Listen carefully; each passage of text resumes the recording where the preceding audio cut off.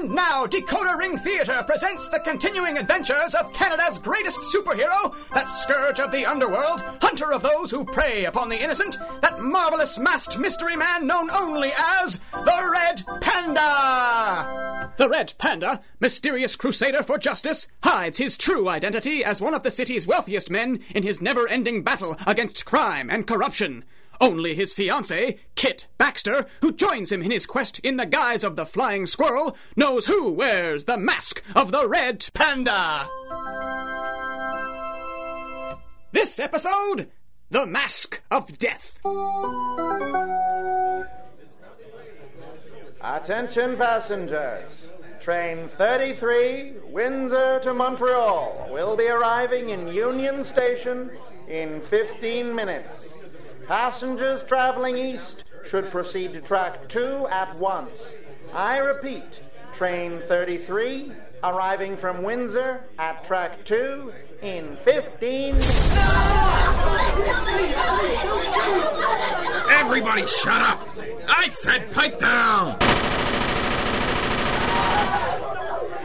Now that we have your attention, everybody move to the center of the hall. Nice and quiet. No sudden movements, mister. It'd be a shame to spoil that nice new suit with a great big bullet hole. Why are you doing this? Please, my children. Lady, I got a train station full of people to manage just now. So the best thing for you and your kids to do is to make nice and quiet and take a seat in the center of the hall. Hear that, all you punks? Center of the hall, now! Hack! Jerry, what's the rumpus? The blast sealed off the east doors, just like the maestro planned. Swell! You take Mick and 2 of the meat puppets and chain off the doors on the north side. Move it. Eddie, you take the rest and make sure no one gets in or out of the platforms till we get it locked down. This is crazy, Hack. How are we supposed to seal off a room like this? It's too big, too many doors. Keep your head, idiot. The big boss has it all planned out. Just get it sealed up now.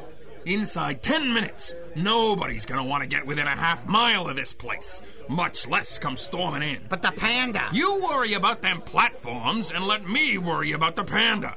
Now get them zombies over there and make with the guard duty. Right, Hack. Are you coming with them tanks, Mr. Maestro? Tapped right into the sprinkler system, Hack. Just as planned. We tripped the fire alarm and they changed the name to Undead Station inside 5 minutes. Yes, sir.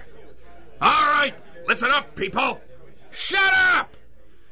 You will notice that my associates and I have loaded Tommy guns and a certain quantity of explosives rigged around the building. You will also notice that several large tanks marked Danger have been hooked up to the sprinkler system, and while you may not know what this means, you know it can't possibly be good. Please! Lady, you are getting on my nerves, I swear. You would be right in observing that some of my comrades are unarmed. I hope it will dissuade you from rushing them if I mention that they are the reanimated dead, and what they lack in the coordination and table manners, they are more than make up for in the pulling people's arms off department. The door is sealed off, Hack. Good work. You mugs help Eddie and his boys. Right. You will observe, I hope, that my associates and I have a plan. This is excellent news for you. If this were a random act, you would most likely be dead already. We want nothing from you. You are bargaining chips. Sit quietly for a few hours, and each and every one of you has an excellent chance of living through this and having an exciting story to sell to the papers. Cross us, and you will join the lumbering ranks of the undead you see before you. The choice is yours. You there. Yeah, you, Poindexter.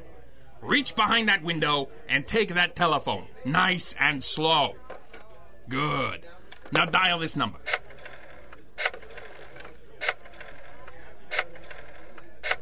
Give me that. Talk to me. Yeah, it's Hack. We're locked down and ready. Excellent. You don't disappoint, Mr. Hack. No, ma'am. Well, this may get complicated down there. I'm counting on you. You got nothing to worry about, Professor Zombie.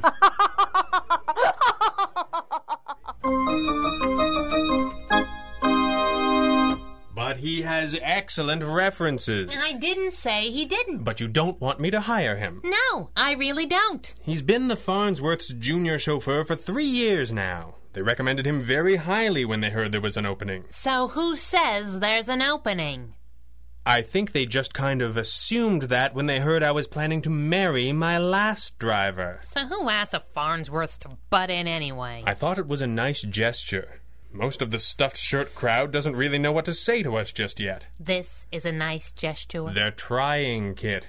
It's an alien concept to some of them. And don't get that determined set to your jaw. I'm sure you've been getting some strange reactions around your neighborhood, too. Well, maybe. See? Let's give people a chance. In the meantime, we need a new driver. And how long before he figures out our little secret, huh? And you can only erase the same information, 3 or 4 times? We'll cross that bridge when we come to it. No, boss. Would it help if I put the mask on so you could call me that? Don't change the subject. One of the reasons that we've been able to be so good at what we do is we don't have to waste a lot of time and energy coming up with half-baked excuses to change costume. Or pretend to be, amateur criminologists? What kind of a cover is that for a secret identity? What are you saying? I don't want to pretend to be somebody else when I'm with you. It doesn't matter that nobody else knows who we are. We know. Then what? Should we make one of the agents our driver? Anybody we bring in that far would know everything. And that puts everybody at risk. Them, us, our families, my mom. I can't sit in the back seat and let my fiancée drive me around, Kit. So we park the limo and get something sporty and fun to drive. Something I can modify 3 ways from Sunday for extra kicks. And you sit in the front seat and let your fiancée drive you around. We'd stand out. We'd attract attention. You're marrying your driver. A Scottish, Dutch, who knows what else, boxer's daughter without 2 nickels to rub together. You're the wacky billionaire from now on. Deal with it. That's the emergency teletype. Hot chocolate and some action. This can't possibly be right. It's got to be right, boss. It's a direct line from our central dispatch station. Which is exactly why it shouldn't be carrying a personal invitation from Professor Zombie.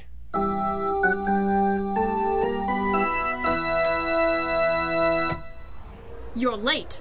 You have some explaining to do, Antonia. Do you think so? I sent a message on an encrypted wire for you to meet me on this rooftop in 20 minutes or face consequences beyond your wildest nightmares. You arrived 26 minutes later. I'm brilliant, and you need a new wristwatch. What's to explain? It's an interesting point. How did you tap the emergency teletype line? Never explain your powers to the good guys. Where is your little pet? Who? Don't play dumb. It looks ridiculous on you. Where is the squirrel? You don't go anywhere without her anymore. She'll be along. There were quite a few sirens coming from a few blocks away. She went to investigate. You're a liar. I really am. You always used to open our spitting matches with a little compliment. My dress, my hair, my shoes, it was charming. But since you did no such thing, I can only assume that you don't want to make the sidekick jealous. I don't know what you're talking about. I'm so pleased to hear it. You know she won't look half so nice in a cat suit when she's my age. All right, Professor Zombie. 2 steps back and hands in your pockets. The green-eyed monster rears its head at last. They're brown, actually. Oh, would you please read her some Shakespeare? It would improve her banter ever so much. Boss, can you find out what she wants so's I can get down to cleaning her clock? That seems fair. Zombie? I'm sure that you 2 brilliant detectives have deduced that the nearby wail of sirens from Union Station is no mere coincidence. We did indeed. Shall I describe the situation to you? I think we've got the nuances. Squirrel? The boys in blue have a cordon around the building for 3 blocks in every direction. Trains are holding a half-mile out. The Great Hall's been sealed off, half full of passengers waiting for the 10:30 to Montreal, a half-dozen goons armed to the teeth, and 20 of your ghouls. We were 6 minutes late for a reason. Then you know, I imagine, that the police have been warned about the Necronium 234 and the sprinkler system. If my men trip the fire alarms, you'll have an instant army of the undead where a throng of innocents once stood. We also know that you've issued no demands. Correct. In time, my men will issue a phony ransom demand to keep the authorities chasing their tails. The real negotiation is just between us. You have my attention. 3 days ago, I was to meet with an associate, an old friend who had undertaken a small errand on my behalf. His name? John Drake. John Drake, the high-priced fortune hunter? He would prefer a freelance archaeologist and adventurer. I'm sure he would. This must have been quite an errand if you were prepared to pay Drake's rates. I'll have you know John was doing me a personal favor. Gratis. Why would he do that? Use your imagination, little girl. I imagine that he stood you up, princess. He was murdered. That is... Oh, speechless? Well, this is a red-letter day. I'm sorry, Professor Zombie, but I don't see what this has to do with us or the room full of hostages. Isn't it obvious? I want you to find his murderer. And then? Bring him to me. I'll take care of the rest. We're not in the revenge business, Antonia. And if we were, you wouldn't be walking around. Which right now doesn't seem like such a bad idea. But you are in the business of saving the innocent. From harm, from death, from loss, from pain, all of which will follow if you fail me. Not only for the hostages, from whom my brilliant compound will leech the sweet gift of life, but from those whom they will destroy when I turn them loose. You're a monster. Yes. You don't think that we're going I'm not asking you to commit a crime. I'm asking you to solve a murder. And prevent hundreds more. In a nutshell. You don't give us much choice. That was the general idea. It would help if we knew what Drake's errand was.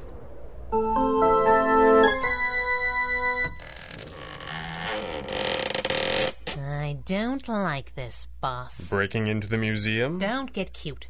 We're only breaking in because Dr. C is on a speaking tour. It's doing a supervillain's dirty work that gives me the heebie-jeebies. You're making the large assumption that I intend to honor the agreement. Well, if we're planning a double-cross, shouldn't we be getting down to business? That's just what I'm doing. Dr. Chronopoulos has surprisingly well-organized files on known artifacts reputed to possess mystical powers. I'm hoping we may find the artifact John Drake was supposed to bring to Professor Zombie listed in here. So we know who might want it badly enough to bump him off. Right. Beyond Professor Zombie, naturally. You really think she'd go this far out of her way to create an alibi? Yes. Fair point. Aha! Found it? The Mask of Zoroastra. Tribal voodoo artifact reputed to grant the wearer the power to see beyond the walls of death and to manipulate the forces of life energy. Mode of use unknown. Fell into the hands of a private collector in the Caribbean in 1850. Believed to be in the southwestern United States since the turn of the century. Never been tested for mystical energies. So this might be magic and might just be a hunk of wood? At the very least, it's a hunk of wood that Professor Zombie prized enough to send Drake into danger for. Boss, ain't we just spinning our wheels here? Whoever Drake took the mask off of probably caught up with him. Very likely. And if that was 3 days ago, why would they stick around? Why not wing straight home? A fair question. Doesn't this whole thing become a moot point and a heck of a hurry if we bust up Zombie's goons and take away our bargaining chips? What did you have in mind? That's where I kind of run out of steam, actually. Yes. I mean, I know we can take out the goons, and we've handled her zombies before. But any way you slice it, there's no way to be sure that the switch won't get pulled on those necronium tanks. An unacceptable risk. Particularly as we've been offered another way. If she keeps her word. Otherwise, she'll dose those people to cover her tracks, to say nothing of her own men. Boss! Well, that sounded promising. Her men! Professor Zombie's never worked with real live henchmen before. Just zombies. And that's often been her undoing. Right. So, who would take a job with Zombie's outfit if there was a chance they'd wind up a drooling undead knuckle-dragger? Squirrel, you're brilliant! I kind of am, aren't I? She must have devised a means of making her own men immune to the effects of her necronium compound. Now we just have to figure out how. And fast! You are listening to the Red Panda Adventures from Decoder Ring Theater, your address for adventure, mystery, and comedy. 391 calling 1! 391 calling 1!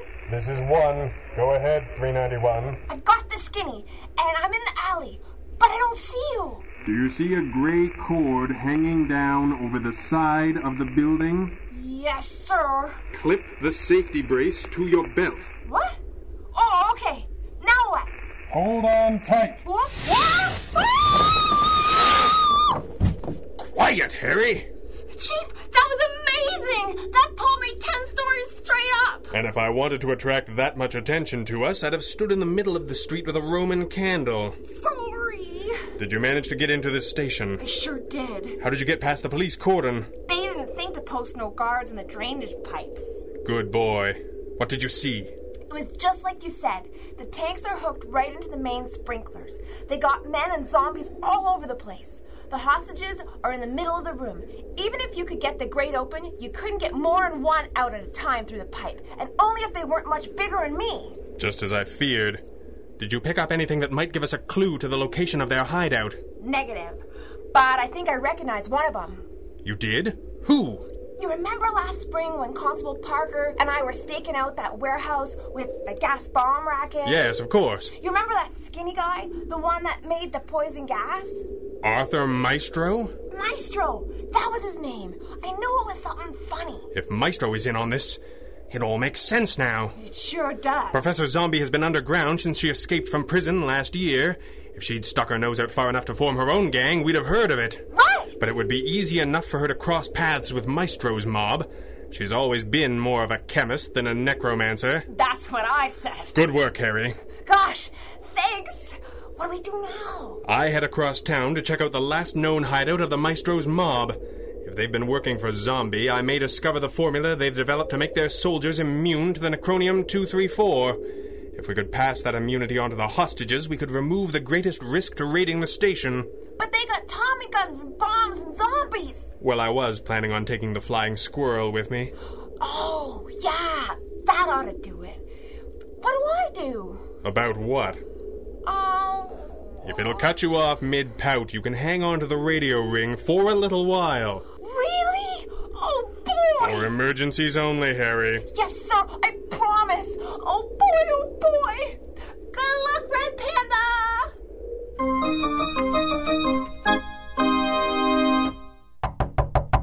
Who is it? What do you mean, who is it? Who do you think it is, you fool? All right, keep your shirt on. You're 3 days late, Ow! Well, well, well. The legendary John Drake. You don't mind if I come in, do you? Who are you? I don't much like your tone, sweet pea. I think you'll find this goes more smoothly if you keep a civil tongue in your head and sit in that chair nice and pretty. You'll forgive me if I was a little harsh. I'm not used to being smacked in the face by such lovely guests. Oh, I bet that's not true, Mr. Drake. From what I hear, you're quite a gentleman adventurer. In more ways than one. That's the trouble with reputations. They have a way of preceding you. Don't they just? And on that subject, you can only be the flying squirrel. Now, why would an international freelance archaeologist need to know a thing like that? I was warned about you by a friend. This, friend of yours wouldn't be a supervillain, would she? Labels.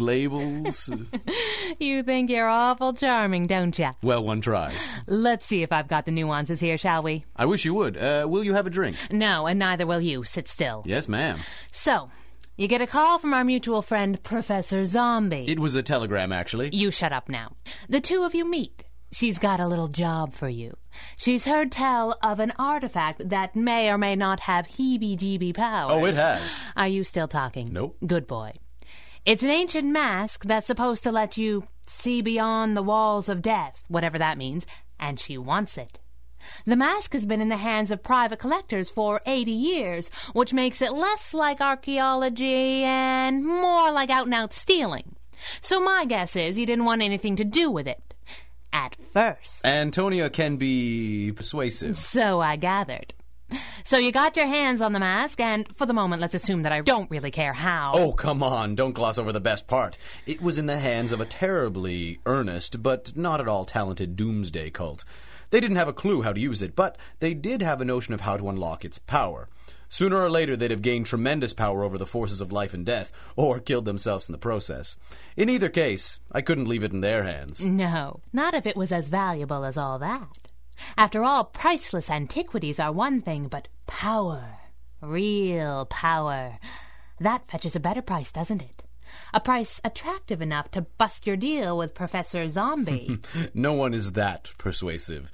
Though, I suspect you could be if you put your mind to it. Put your mind to this. Ow! What was that for? Peaches. I'm sure you get away with murder with a lady, so I don't object to you trying. You're easy on the eyes, tough as nails and a practiced liar, and a lot of girls might go for that. But I can't begin to tell you the number of ways that next to my fella, you're a pastry chef. So let's not make me do that again, Kay? Fair enough. So you figured out that I faked my own murder. I wonder how. I like a little credit as much as the next masked marvel, but don't give me too much. I started at the other end of the equation. How so? The odds were that if you'd been murdered, it was by whoever you'd stolen this death mask from in the first place. Granted. And since we didn't know who they were, and they almost certainly wouldn't have still been around, chasing that lead wasn't going to help us as much with a train station full of hostages. What? Shut up. But what if it were someone else? If the mask did have spooky powers... The powers displayed by this mask are beyond spooky, miss. Properly used, this mask could finally give Professor Zombie the powers she's always longed for. Direct power to manipulate the forces of life energy. Control who lives and who dies. Bleed a nation of people of so much life force, they have no choice but to live as her zombie playthings. I couldn't give the mask to her. No. You brought it straight to the Nazis. What? See, that's where I started. Assuming John Drake tried to double-cross Zombie, who would have the means and the motive to make it worth his while? And I came straight to the suite of rooms still held in reserve for the scientific advisor to the German Reich. Imagine my surprise when you opened the door. Wait, if you suspected von Schlitz, why imitate his voice? Because he was the one guy I knew wouldn't be in here. Ferretti boy met with an accident about a week ago. Is that a fact? News travels slow in the jungle. You're very resourceful. You're not smiling your way out of this one, handsome. The only question is, what do we do with you? You're late. I am, aren't I? You're distressingly confident. We aren't going to have a problem, are we? As a matter of fact, I don't anticipate any problem at all. Do I have to remind you that I have in my hand a remote detonation switch that will flood Union Station with my brilliant compound, Necronium-234? Not at all. Or just what effect the sudden appearance of a zombie army in the middle of downtown might have? You have been crystal clear at every stage of our discussions, Antonia.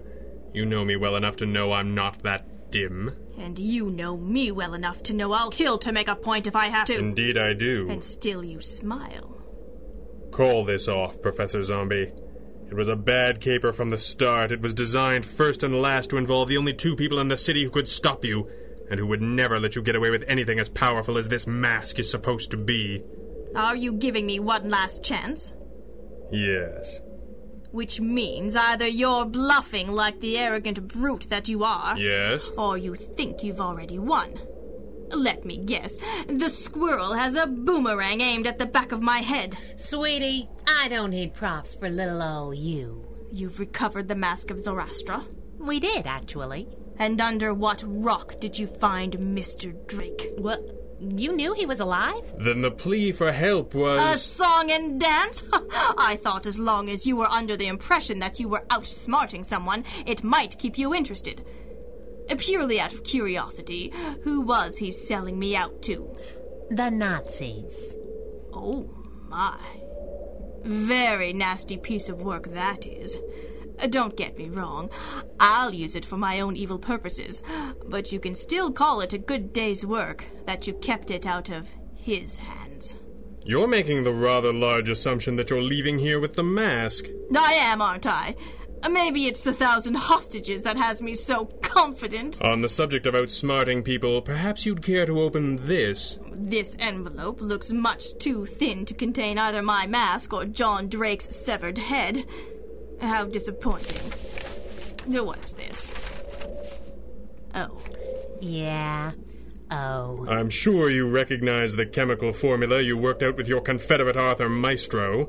The gas that gave he and his men immunity to your zombification agent. The same gas we've been flooding Union Station with for the last hour.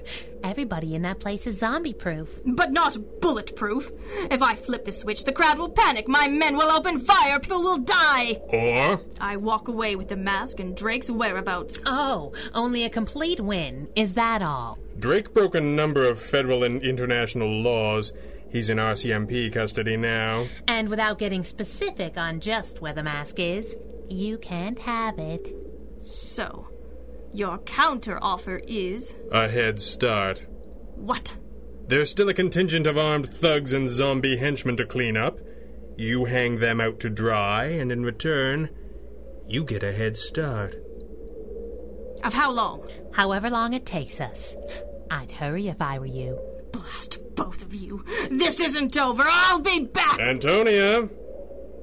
The new cloak really does look lovely. Always the gentleman. And so concludes another adventure of the Red Panda! This recording and the story, characters, and situations contained therein are the exclusive property of their creator and copyright holder, Greg Taylor, and are produced and distributed by Decoder Ring Theater through arrangement with him. These recordings may not be rebroadcast or redistributed by any means for any reason without express permission. Until next time, when Decoder Ring Theater brings you the further thrilling adventures of Canada's greatest superhero, this is Stephen Burley reminding you DecoderRingTheater.com is your address to adventure!